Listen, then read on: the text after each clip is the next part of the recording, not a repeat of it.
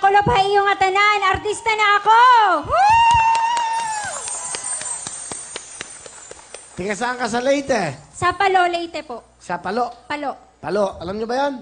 Palo, oo. Pag matigas ang ulo mo, Palo. Palo. Pag wala kang cellphone, palo nga. palud. Paluto, paluto. Ikaw ba doon pinanganak? Po? Doon ka pinanganak? Sa Hindi Leyte? po, sa Makati po dito. Ah, dito ka na pinanganak? Opo. Pero sa Tapos- Leyte ka lumaki? Opo, nung 7 years old po ako, nag-transfer na po kami. Inuupo tayo nito. Tumatanda na ako. Puro opo. Will lang, Will. Ah, Will! Sorry, Will. It's okay, no problem. You're so nice. Okay. Thanks. Saan ka nag-work? Sa Alorica, Cubao, Quezon City. Bilang isang? Call center agent. Thank you for calling. My name is Vanessa, and I will be assisting you today. May I have your phone number, please? The telephone number you dial is not a telephone. It is a washing machine. Please try your call later. Drain. One more. Thank you for calling. My name is Vanessa, and I will be assisting you now. May I have your account number, please? Oh my God, hello? Hello? Hello, Yes. ma'am? Yes, hello? Yes, ma'am. Oh my God, yes. How may I yeah. help you? Hello? Hello?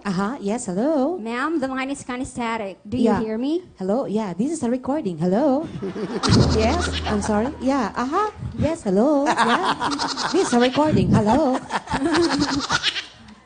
Okay ba? Sino kasama mo? Pinapakilala ko po ang aking very supportive na mama, si Mama Ophel. Nanay Opel, magandang ano po. Magandang hapon po. O, Nanay, ano po gusto sabihin kay Nice? Very nice to hear. Nice. Alam ko na nahihirapan ka na sa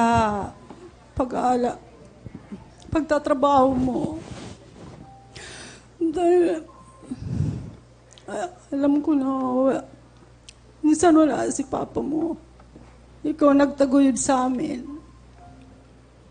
Kaya ka nagtrabaho dahil gusto mo makapagtapos ng pag-aaral. Sana makatapos ka sa pag-aaral mo. Yun lang po.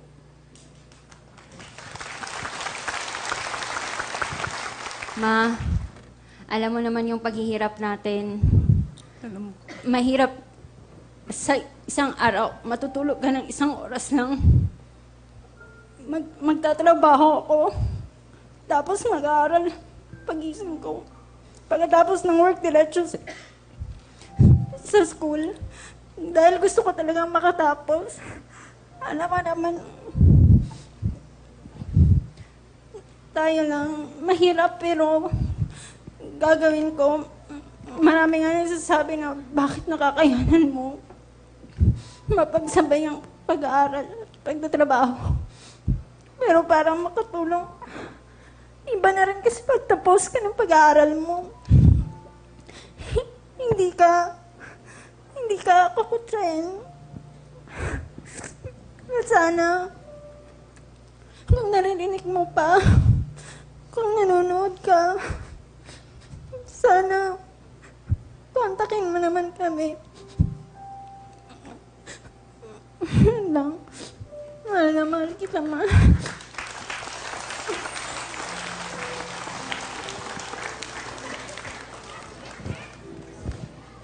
Okay ka lang? Mukhang mabigat dinadala na to eh. Hirap ba? Hirap na. Hindi, pag napapagod ka na sa trabaho, yan ang nararamdaman mo. May awa ka na sa sarili mo. Lahat naman nararamdaman natin. Okay ka lang? Anyway, dakila ka sa iyong mga mahal sa buhay. Ha? Very nice. Tunay, ha?